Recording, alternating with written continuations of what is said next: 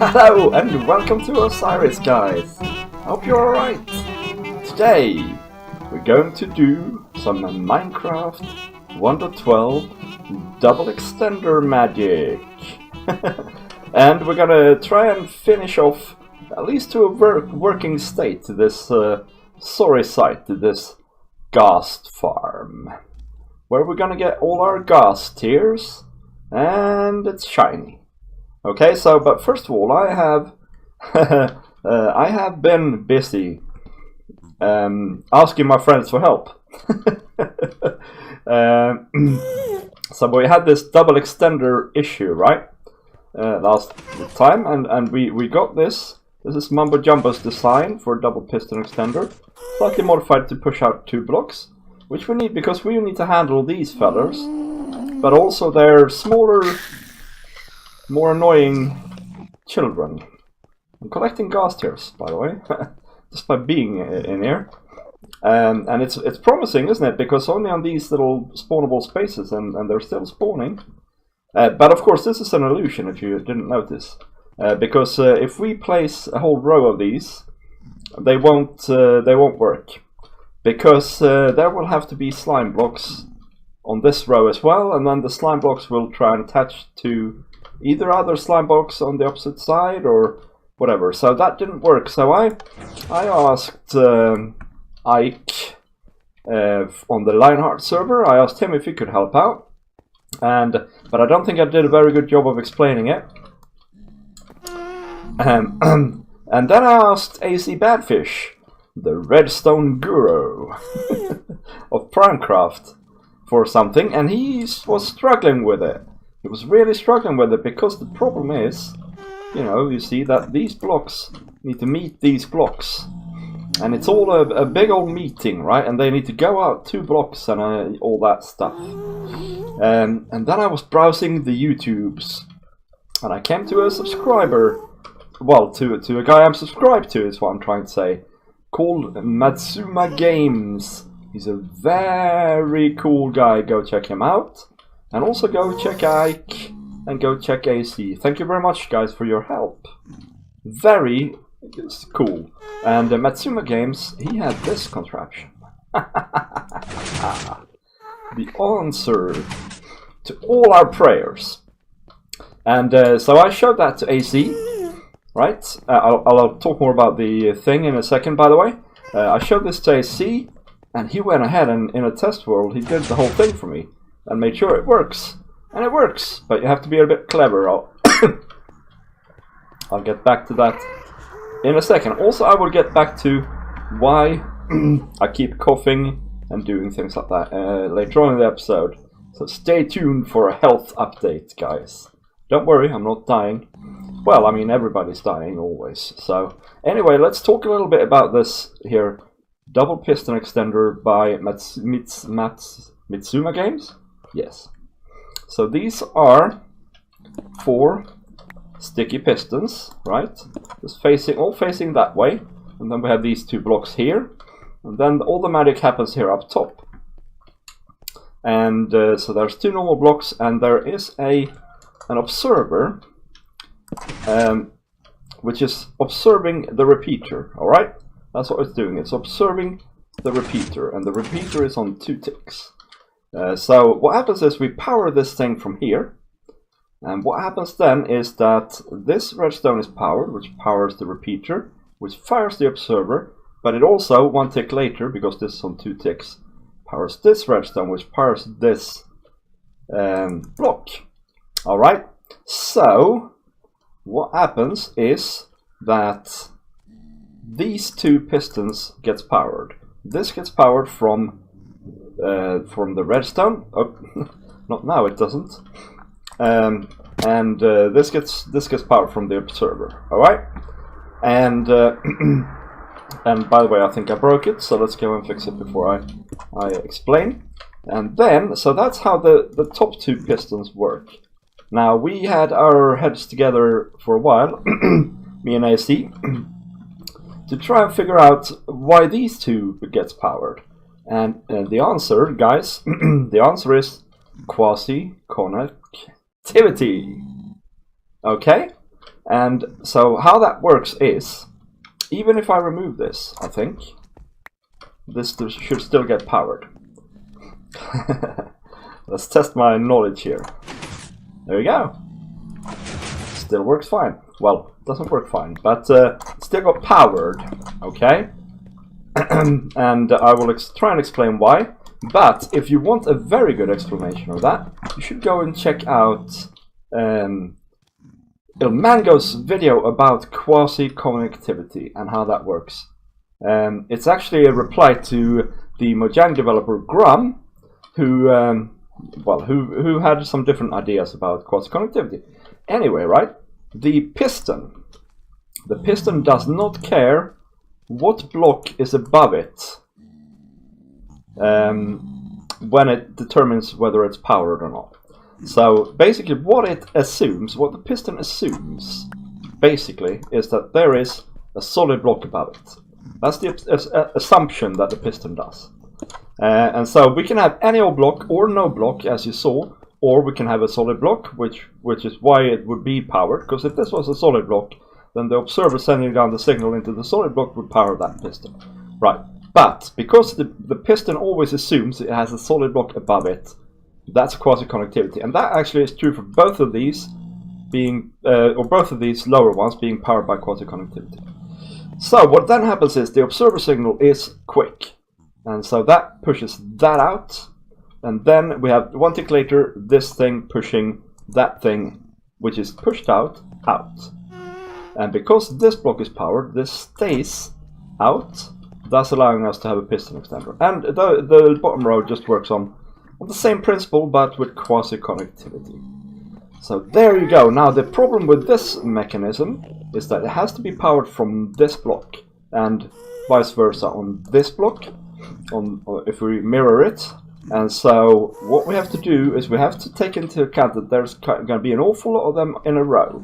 And so what AZ did, thank you AZ, you are the redstone guru, he figured out that if we power them from this direction and from that direction, because this is 26 blocks long, we don't have to have any instant repeaters or anything like that. So all we need to do is we need to put power to the first one, I think, here, and on the other side, and then from there as well and in.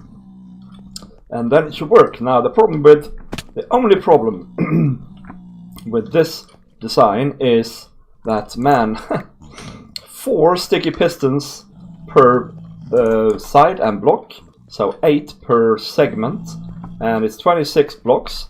That's an awful lot of sticky pistons, guys. And I don't have that much slime at the moment, so what we need to do first, I know I very rarely show myself resource gathering on this in this series, and that's because I want to get on with things, and I usually do that stuff in between episodes. But in this case, we're going to do a little exception. We're going to go and see the slime pit. It's not a farm. I haven't made it into a farm yet, so it's just a pit at the moment. And I'm going to gather some slime and have a little chat with you.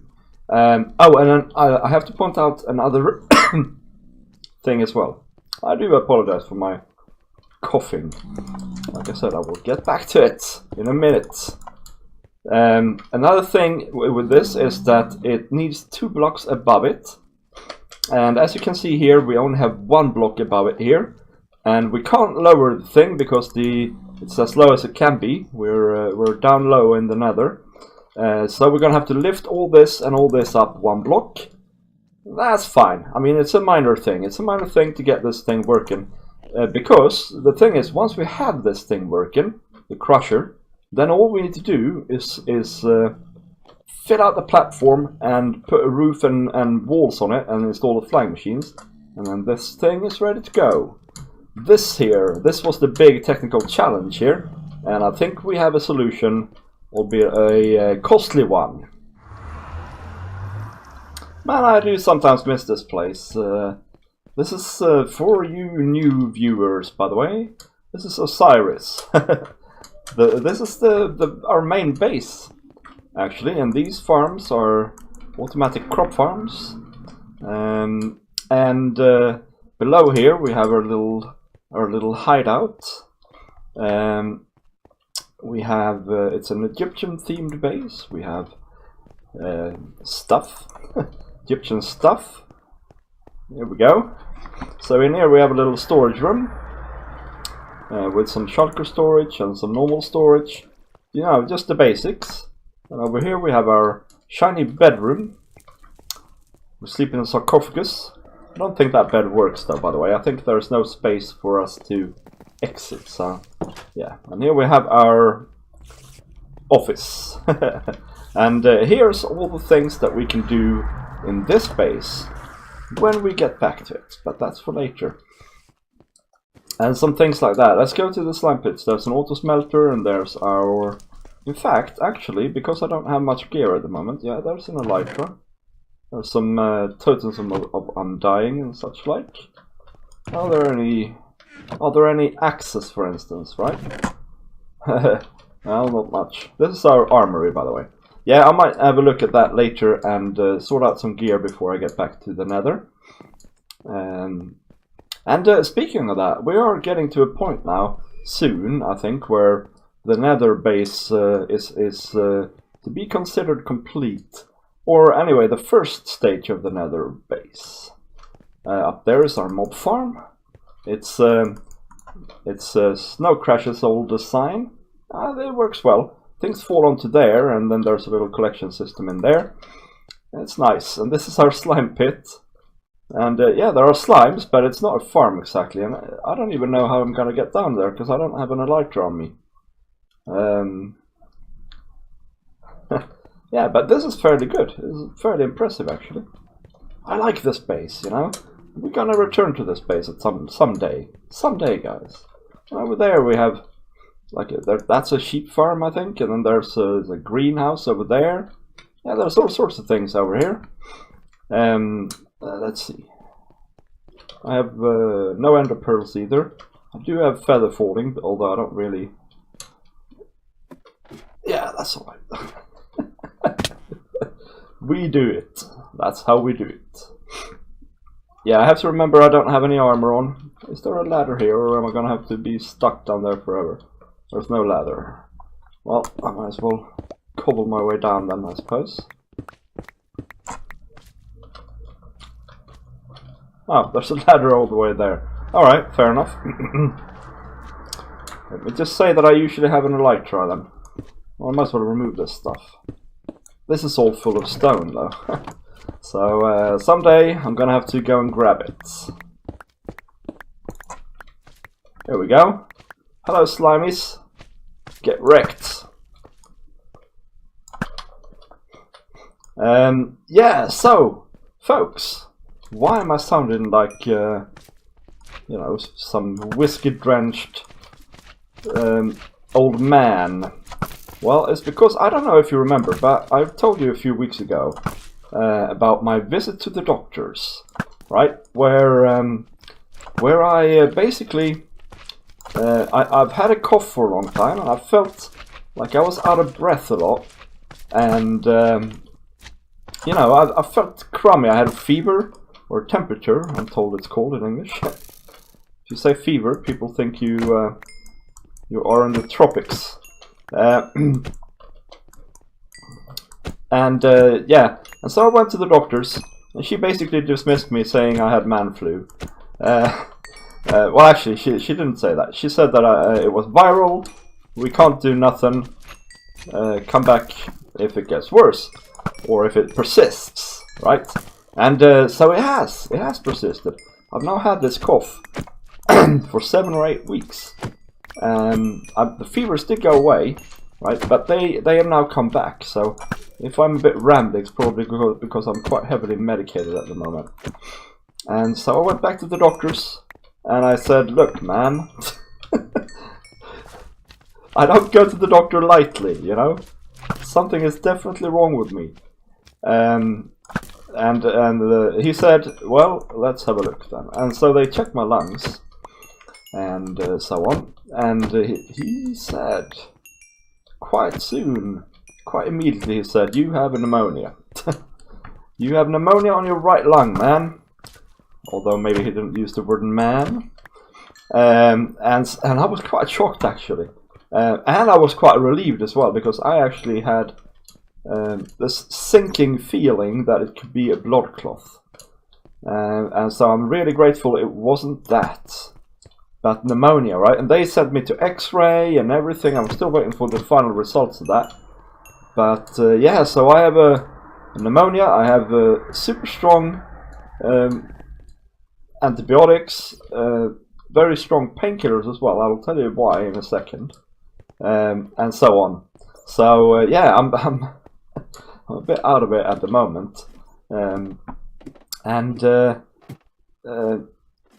I was actually kind of annoyed. I was actually kind of annoyed about it, right? Because I'd been there before. I must have had pneumonia when I was there the first time. And they just dismissed me? I don't like that, you know? That's not okay in my book. So why are they not spawning now then? Oh, they are. Okay, cool. Just need to get away a bit, I suppose. Yeah. I must have had it the first time I was there. And they just dismissed me, and I find that really irritating actually. If they'd just taken a little bit of time, checked my lungs, they would have found out, you know? It's not good, it's really not good. You know, already I've taken 3 penicillin tablets or antibiotic tablets, and already I feel better, to be honest, in my lungs. Main way I feel better is actually that the coughing has started coming up with phlegm now, you know, whereas before it was just a dry, really irritating cough. But now I'm actually getting gunk out, which, believe it or not, I'm very happy about. I mean, that means that fluid from my lungs is disappearing, and that has to be a good thing, you know. You don't want pneumonia, guys, that is nasty stuff.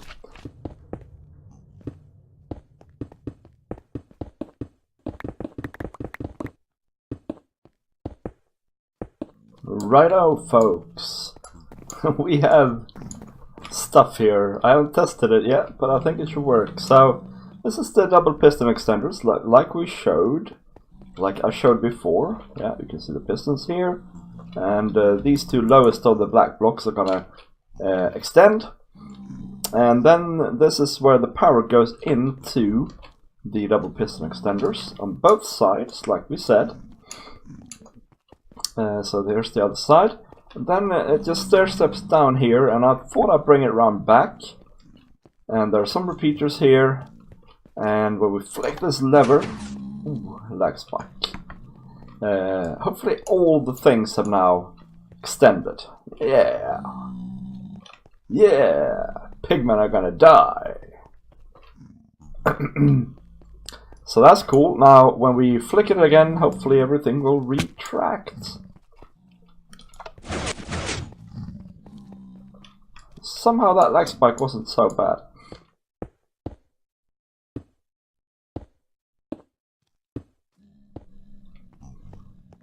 Alright guys, so many blocks. But look, we have our first GHAST in here now.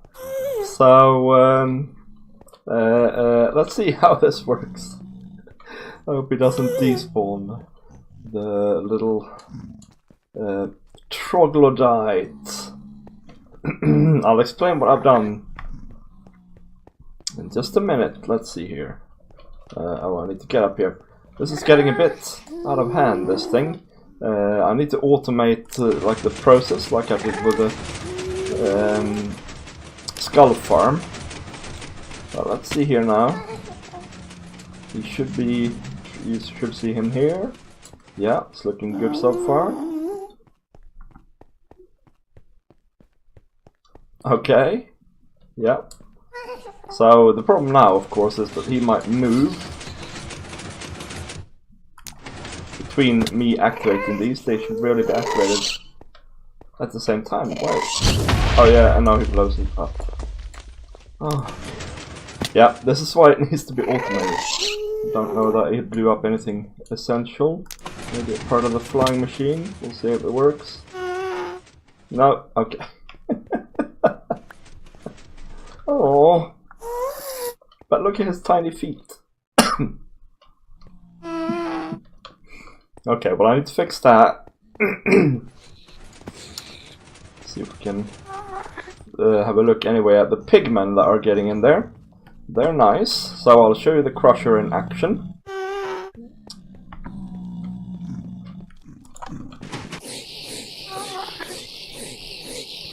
Hello!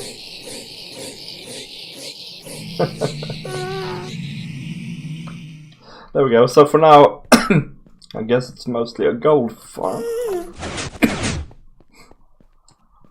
So for now, I guess it's mostly a gold farm is what I'm trying to say.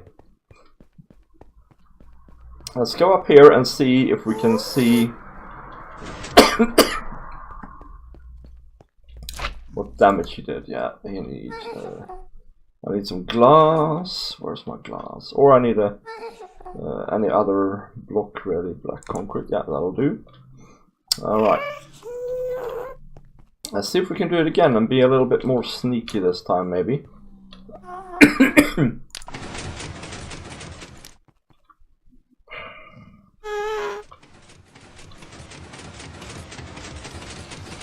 Okay, so he is there. He's not seeing me now.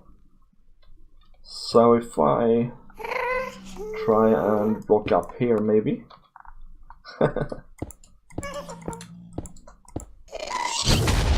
Nope.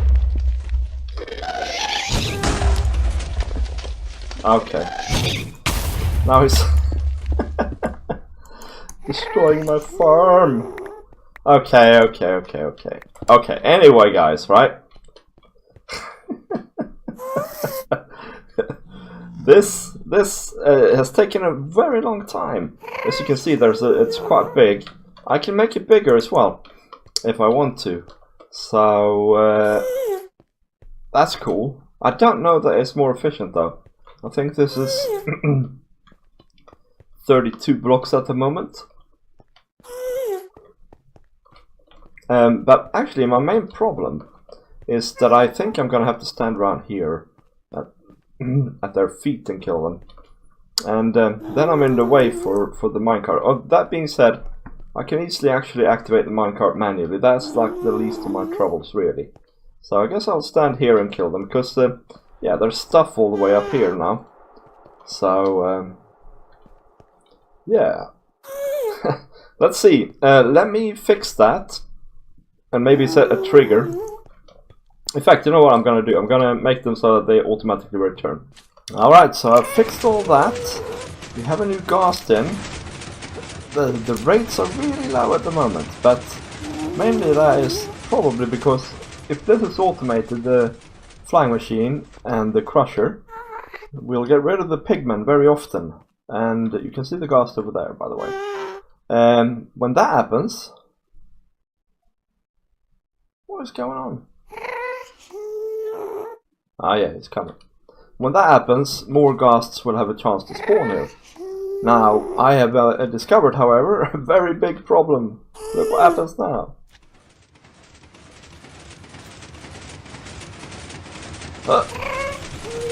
It won't fit. He is 4 blocks. This is 4 blocks. But somehow he won't fit. It's very odd. I've even got into creative mode and tested. And if you try and place a ghast with an egg in a 4x4 area, that's quite possible. But he just won't go in voluntarily, so I'm gonna have to think about that. Maybe I need to have him pushed downwards or something like that. I don't know. But anyway, for now, we can just go in here and shoot him in the bum, if we're lucky. There we go. And there's his little drops. Also interesting, magma cubes seem to be immune to my crusher. They probably just jump up and avoid it like that. But we can shoot them, of course. So that's probably good enough for now. I think... Yeah, I don't know. Maybe we need to make like a magma cream farm at some point. I don't know. But on the other hand, I mean, doing this should get us a lot. So it's probably alright. So there we go. And of course, The collection system is semi-manual, so we have to send the cart away. Yep, I don't know exactly what to do about the ghasts not going in. We'll have to give that some thought. But apart from that, I think this is working quite well. I mean, I have to automate it and do that stuff, but it's not a big deal. I put in these returning stations here now as well, so that's finished. All we need to figure out is how to do the chain here. But that's gonna have to be another time, guys, because I've been at this now for 2 days in this episode, and I need to go and rest my lungs, and myself as well. But if you enjoyed the episode, leave a like, leave a comment, and if you happen to know how to get the ghasts in, leave a very big and extensive and good comment, and I will praise you in the next episode. But for now, guys, I will see you next time. Bye bye!